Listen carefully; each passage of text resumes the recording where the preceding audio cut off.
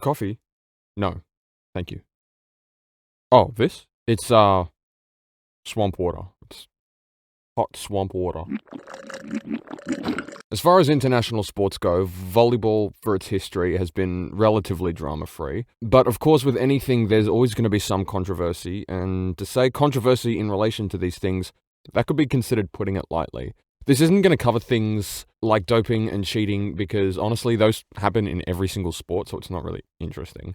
So there's two incidents I want to discuss right now. I definitely don't know if I'd consider these the two biggest controversies in the sport's history, but for now, I definitely consider them the two volleyball scandals you should know about. The first one involves the Korean national team. I'm talking about the twin sisters on the women's national team. Lee Jae-yong and Lee Da-yong were, or I guess they are, two key players for the women's team in the lead up to the just past Tokyo Olympics. And the scandal involves a former middle school teammate of theirs claiming they were bullies and that they got involved in some criminal activity which involved stealing money and using a knife to threaten some other people. In total, there were 21 different allegations listed against them, and 4 others came forward with stories about the twins as well. This seems from the outside like something which is not really provable, and it happened a while ago, so why is it being brought up just now? But in Korea, if you're kind of involved with the whole K-pop and like K-celebrity community, these kinds of allegations are introduced all the time. And so often they just get kind of taken as truth, or taken as truth before like a proper investigation.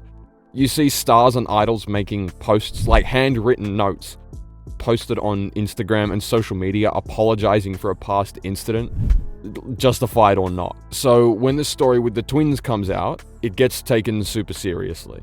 They both got suspended indefinitely, and neither of them appeared at the Olympics, and they both publicly apologized on social media.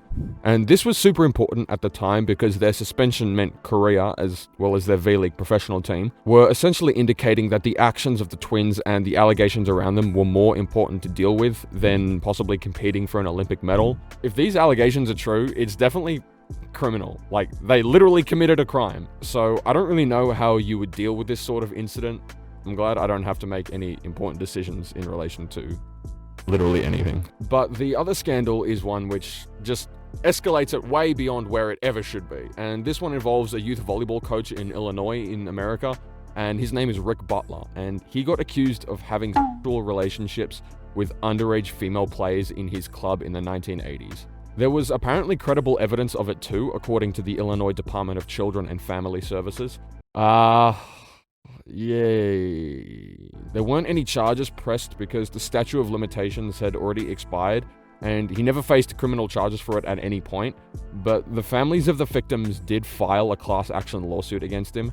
Now, the suit was based on the idea that the future students of this guy, Rick Butler, were not keyed in on his actions, and so their girls were put in danger. But anyway, much of that got tossed out, so didn't really end up amounting to anything. He did get banned for life by USA Volleyball in 2018, and he was permanently disqualified from all AAU tournaments too, and ESPN also prohibited him from participating in any of their future events. Look, from an outsider perspective, it looks pretty bad that the twins got a comparable punishment to Butler, even though there was a colossal disparity in the severity of their scandals.